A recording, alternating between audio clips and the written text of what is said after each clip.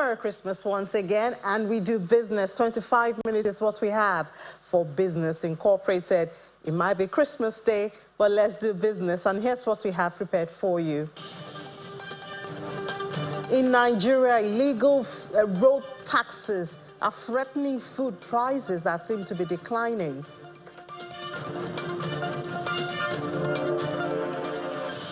And Kenyans will be paying more for highway toll.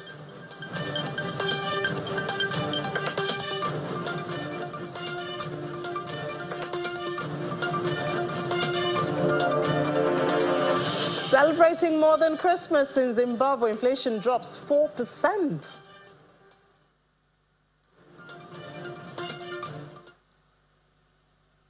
Welcome to the program. I'm Ini John Mekwa. Now, we know we're celebrating Christmas in Nigeria and many other countries, but there are other countries, even on the continent, where Christmas is not really recognized. That's what we're starting with. So in Africa, our Christmas traditions vary widely. Countries like Zimbabwe, Rwanda, and Nigeria mark the day with public holidays, as it is today, large-scale festivities and community gatherings. In contrast, there are other parts of the continent. December 25, it's just like any other day. There, quietly, nothing at all, are shaped by local religious beliefs, cultural traditions, and government policies. In Nigeria, for instance, of course, we know what we're doing today.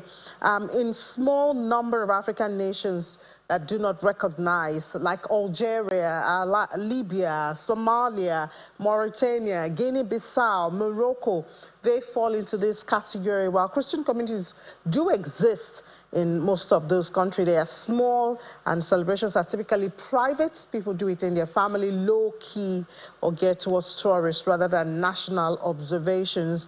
In Algeria, for instance, Christians make up to just 2% of the population, and December 25 passes like any other day. So while we're making all the hues and cries about it here in Nigeria, a country like Algeria, Lesotho, Namibia, they are not so big on it. Now, that good news from Zimbabwe. The country has laid the foundation for price stability. That seems to be the case after the ZiG yearly inflation dropped 4% in one move, bringing the inflation in that country to 15%, driven by tight money supply system. Data released by the Zimbabwe National Statistics Agency, that's ZimStat, shows that local currency inflation rate ended the year on a double-digit trend, having risen an over 100% level in January, reflecting the lowest level rate since the launch of the ZiG in April last year. The drop in inflation has also been strengthened by reserves backing the domestic currency that are now hovering at over $1 billion, the US dollars in this case. Economic stability has been described as important in boosting savings and restoring business confidence in that country. And we move to Kenya, where the Interior Principal Secretary Raymond Omolo has revealed that motorists in small cars will pay 8 Kenyan shilling per kilometer for the expressway that will cover the 56-kilometer Nairobi-Mai-Hu stretch and the 175-kilometer Nairobi-Nakuru stretch.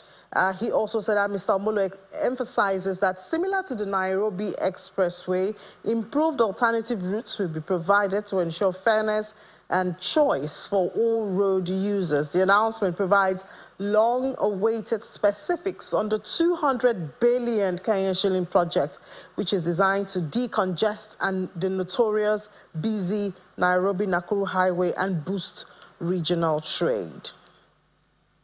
And we move to North Africa. In Egypt, the Prime Minister, beg your pardon, Mustafa Modobi, has said that Egypt had begun a downward path in its debt indicators, noting that the public debt had fallen to about 84% of GDP from 96% 2 years ago, and that the government was working to reduce the levels to levels that are lower than in 5 decades. The Prime Minister said that the economy was expanding and the state's ability to manage debt was improving, adding that lower interest rates would gradually reduce debt servicing costs and free up fiscal space for investment in priority projects such as universal health insurance and the Haya Karima Rural Development Program. Responding to questions, the Prime Minister said that debt management was a top priority for the government and the economic team, and that the aim is to preserve positive economic indicators while avoiding as much as possible passing additional burden onto the people. We're still in Egypt, where the country has agreed to develop seaports in the Horn of Africa nations of Eritrea and Djibouti, part of its campaign to increase pressure on landlocked Ethiopia over its long-running Nile water dispute. Under the agreement signed without fanfare, Egypt will upgrade the strategic Red Sea ports of Assab in Eritrea and the one in Djibouti on the Gulf of Aden to increase their capacity and create berths for warships and the scope to host small but elite military contingents. Both ports lie near the Bab al-Mandeb Strait, the southern gate of the Red Sea. Ethiopia, which borders Eritrea and Djibouti, is known to be heavily reliant for a transfer of goods. Egypt was more than 2,000 kilometers of Red Sea coastline on its mainland and the Sinai Peninsula. It controls the Suez Canal that links the Red Sea to the Mediterranean. It has repeatedly maintained its strong opposition to landlocked nations such as Ethiopia, gaining a territorial foothold on the Red Sea, the main maritime link between Europe, the Middle East, Asia, and East Africa. Egypt, already bound to Eritrea and Djibouti by strong political and military ties, will build infrastructure at the two ports to refuel and resupply warships from its southern fleet, including destroyers, submarines, and troops, as well as helicopter carriers. Egypt and Ethiopia have been locked in a bitter dispute for more than a decade over the anticipated effects of a vast hydroelectric dam that Addis Ababa completed this year. In Nigeria, while a group of Nigerians are celebrating the decline in food prices, players in the industry said it could have been better if illegal road taxes were not still going on.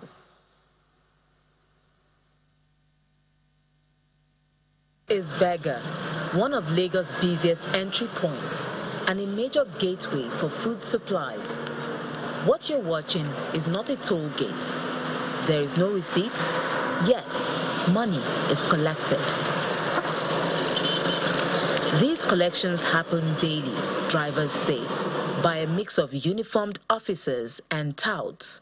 They call it settlement, an informal tax paid simply to keep moving. So that's why we need to get some problem. You must be give. If you don't give, they delay you. We stop in about 15 to 20 points. We pay money in about 7 to 8 checkpoints, but some will ask you to go. We pay 500 to 1,000 naira at each point. For us that have trucks, they'll ask us to pay 1,000, but some might ask for more. We usually pay to avoid delay. There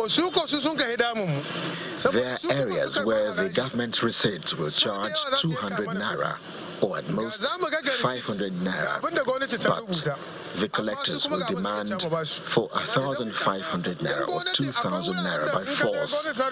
That is why the price of foodstuff keep rising. Drivers transporting food from producing states into Lagos say refusal is rarely an option. Delay can mean spoilage and financial loss.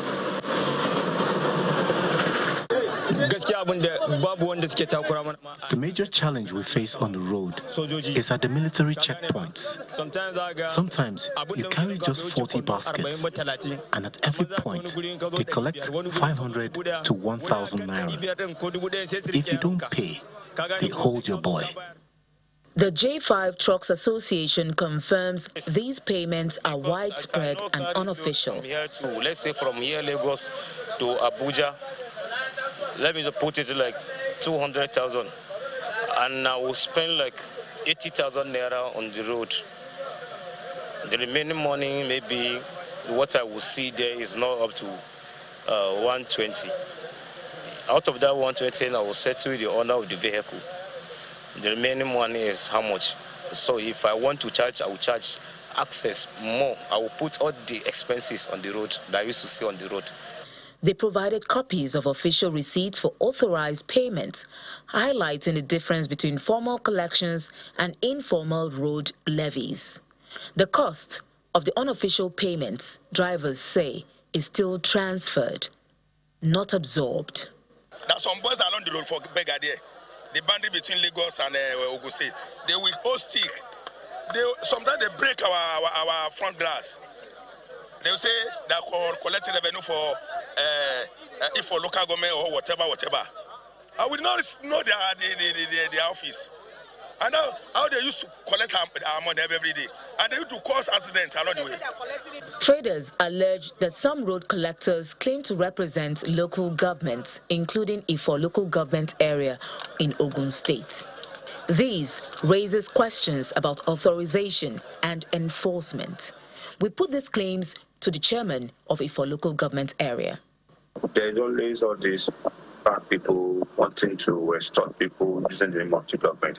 So whenever information like this come to me, I do a press release, and immediately I get information sent to the police to do arrest of individuals. At times I go there myself to do the arrest. But drivers insist the collections continue, often without receipts, and no clarity on who ultimately authorizes them. In December 2025, Nigeria's Joint Revenue Board announced a nationwide ban on road taxes, stickers, and illegal checkpoints, warning that such collections distort prices and undermine the economy. The policy aims to eliminate exactly what drivers describe here.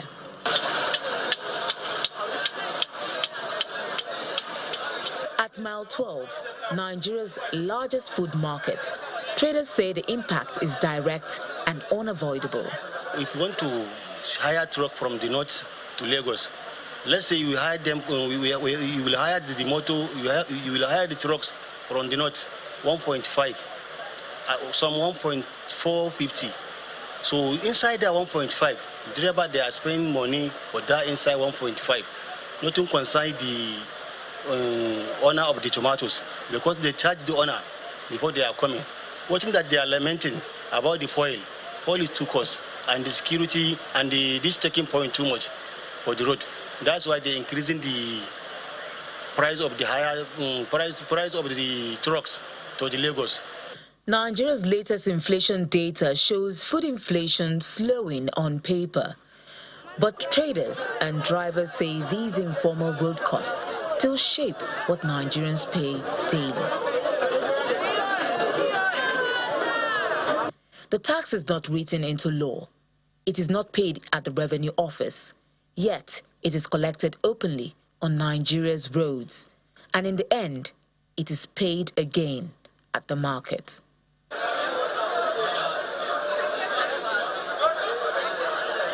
But until enforcement matches policy, drivers and traders say unofficial road charges will continue to find their way into the price of food.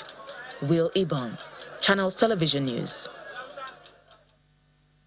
Well, following that findings by Will Ibong earlier today during Business Morning, I had the chairman of Mile 12 International Market join us to discuss what they are doing about this illegal road taxes. Food vendors. I don't want to mention any outlet. Food vendors and hoteliers. Up till now, they've not reduced the price of the food. They did not even add the portion nor reduce the price. So is that federal government too? So the angle I'm blaming federal government is there is need for them to also put eyes on that. They should put eyes on that. If you are saying, okay, because you raise your food to 3,500 because tomato is cheap, is high, tatashe is high, now that it's cheap, bring your price down. They did not. All the eateries did not bring down. Their argument is Maggi did not come down, Ororo did not come down. This Ororo, you can use it twice, but you cannot use tomato twice. It's only once. Why can't they bring the price down? They are hiking the price of the buses. And I said, it's not going to work. Because if somebody buys tomato for 35,000 naira and you are asking the person to take each basket 5,000 naira from here to Lekki, how much is one basket from the north to this place? They are telling me, I said, no, hold up. You must take it for 3,000 naira. And that's what happened yesterday. Almost 10 lorries that were loaded from Mile 12 to other places. I make sure I stood there, they reduced the price to 3,000 naira because at the end of the day, the woman will go and shoot the price up. We need to monitor all those guys. Monitor the traders, monitor food vendors, monitor feeders, monitor transporters.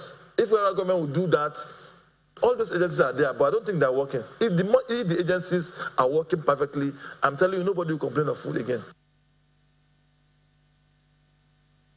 We're still looking at what's happening in our food chain. This time we're looking at strawberry. The distribution in Nigeria is currently threatened by lack of freight from Plateau State, where production happens, to the southern part of the country, where the bulk of the market is. The Chief Operating Officer of Limbim Foods, Mrs. Adeola Balogun, who's a processor, says that the option of road travel results in losses.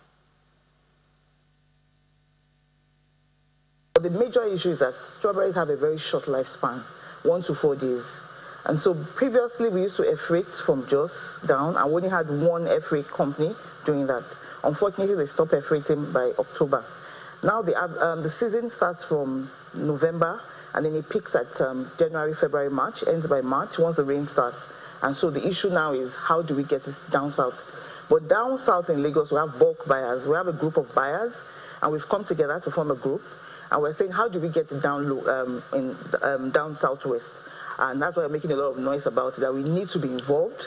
Government is trying, there are parties involved, talking to the farmers, but the whole value chain needs to be involved. From the farmers down to the processors across the value chain. It's a food system. Saying that the government comes into this and really puts, so it's like a double-edged sword. Yes, the roadblocks, we want them there for security reasons, but at the same time, we don't want those taxes because it's already piling up the price of the raw materials. By the time it gets down here, it's way too expensive. And it's not just for strawberries. It happens for when we go and get bananas also. The price of the banana itself is very cheap. But by the time the truckload is getting to our facility in Lagos, it's about double the price of the cost of the product. Same thing for mangoes from Benue when we go and get them, because we buy straight from the farms across Nigeria. Well, away from food now, let's see what's happening in the United States market. Our correspondent Maria Bird is telling us now what happened at the close of trade just before Christmas celebration and closure. The U.S. stock market closed on Christmas Eve on a high note, as this early closing day of 1 p.m. was one that set more records for the U.S. stock market, as the Dow Jones closes 0.6% down, the S&P 500 closes 0.3% down, and the heavy-tech Nasdaq closes 0.2% down, as many investors are watching to see what this will mean for the rest of the week. As we know that if Christmas coming here on a Thursday, there will be only one day left till the end of the week, and then one more week for the end of the year. As many are hopeful that we could see an upward tick, which could mean a positive sign for 2026. We saw Lars there standing by to give us update, not from the markets. It's also Christmas. Their market is closed, but Lars is there to tell us about this issue of tariff again. China has levied tariffs on EU dairy products, and of course that's worrying. Lars, well, Merry Christmas to you, but this is not a good conversation to have on a Christmas day. Thanks for having me. Indeed, China has put tariffs of between 21.9% and as high as 42.7% on EU dairy products. That is quite a range, and it's at least partially tied to whether or not certain EU member countries and even the dairy farmers there have been cooperating in an investigation that China has conducted over the course of the last year. An investigation that for Beijing led to the conclusion that Brussels is unfairly supporting its dairy farmers, putting Chinese farmers at a disadvantage. So to rectify this, Beijing has levied now the lowest tariffs of just under 22% on Italian exporters. About a dozen French dairies pay around 30%. Some German companies just a tad less at 28.6%.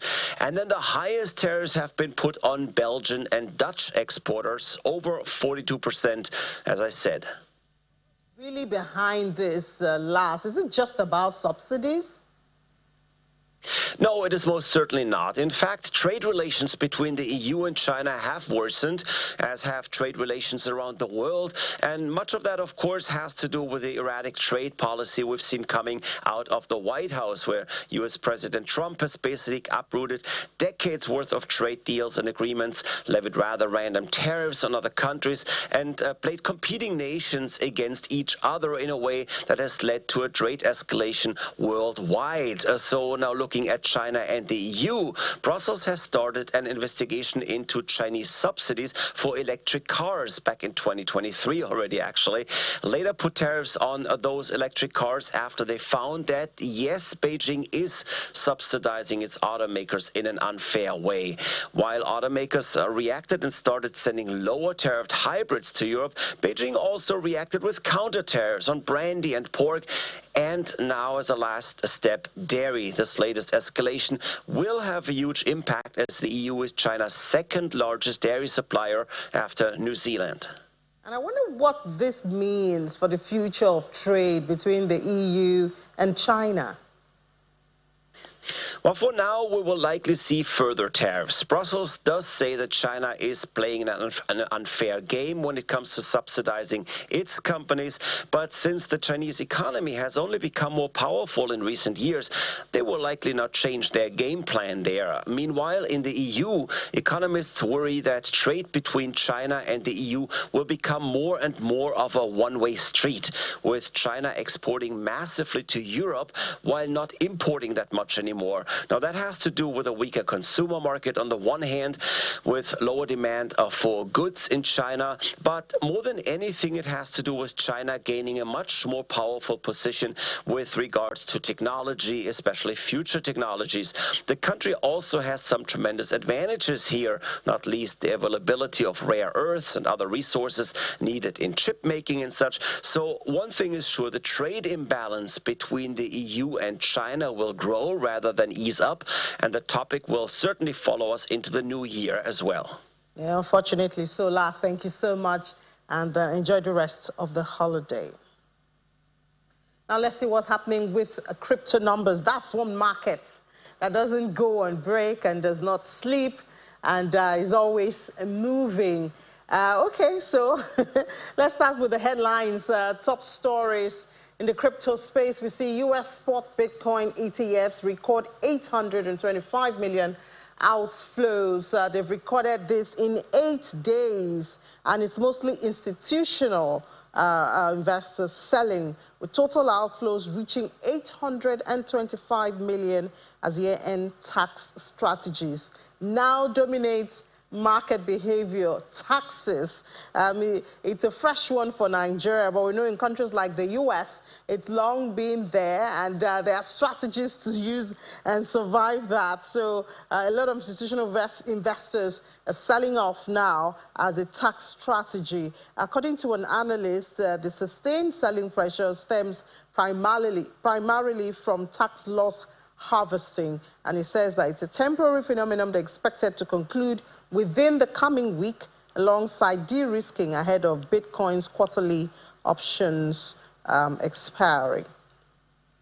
Now, Russia has big plans for 2026. Moscow and St. Petersburg Exchange, they've confirmed their readiness to launch regulated crypto trading once Russia's legislative framework takes effect by mid-next year, 2026. According to the two exchanges, announcement came following the Bank of Russia's December 23 release of a regulatory concept that sets July 1, 2026 as the deadline for developing comprehensive cryptocurrency legislation. Moscow Exchange states that it is actively working on solutions to service the cryptocurrency market, while St. Petersburg Exchange has emphasized that it already has the necessary technological infrastructure for trading and settlements. And Russia's path to crypto regulation began in mid-2024 when the Ministry of Finance first proposed allowing qualified investors to trade digital currencies on all licensed exchanges. We know in the midst of the war and the sanctions on Russia that we've seen Russia turn to cryptocurrency, even though at first they limited it to government transactions, but it seems to be widespread now with a legal framework in place to allow the country maximize the opportunities there. And then Layer 1 tokens performance in 2025, if we could have that.